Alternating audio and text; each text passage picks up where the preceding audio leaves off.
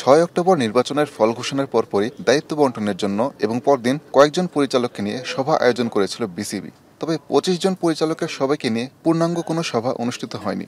অবশেষে নির্বাচনের প্রায় ১ মাস পর প্রথমবারের মতো সকল পরিচালককে নিয়ে বিসিবির সভা, যেখানে আলোচনা হয় বিপিএল থেকে শুরু করে নানা ইস্যু নিয়ে।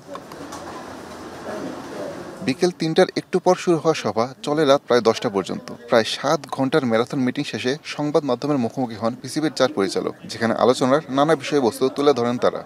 ডিসকাশন এবং ডিবেটটা একটু বেশি হয়েছে। সামনে আয়ারল্যান্ড সিরিজ।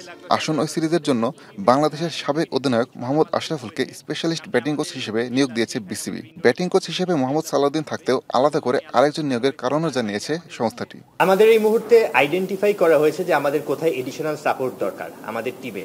তো সেটা বিবেচনা করেই আমাদের মনে হয়েছে আমাদের ব্যাটিংয়ের ক্ষেত্রে এক্সট্রা সাপোর্ট দরকার এবং স্পেশালাইজড একজন ব্যাটিং কোচ দরকার টিমের সাথে। এই মুহূর্তে তো আয়ারল্যান্ড সিরিজটা পর্যন্ত এই সিদ্ধান্ত এসেছে, এরপরে আবার নেক্সট ওয়ার্ল্ড কাপের আগে বাদবাকি সিদ্ধান্ত নেওয়া হবে। বিসিবির নতুন পরিচালনা পর্ষদ শুরু থেকেই দেশের সর্বত্র ক্রিকেট ছড়িয়ে দেওয়ার কথা জানিয়েছে। এবারের মিটিংয়ে আলোচনা হয়েছে সে বিষয়েও।